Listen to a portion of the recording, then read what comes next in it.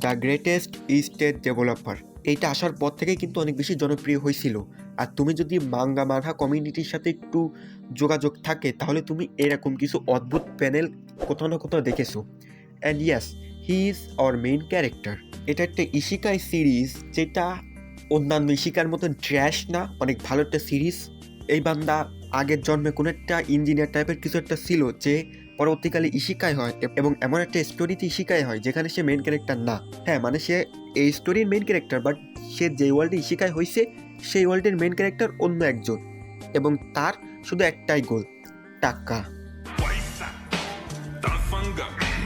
এই বান্দা টাকার জন্য সব কিছু করতে পারবে। এই সিরিজটার স্টোরিও ভালো, অ্যাকশন সিনও অনেক জোস, আর মেইন আকর্ষণ হচ্ছে এর কমেডি।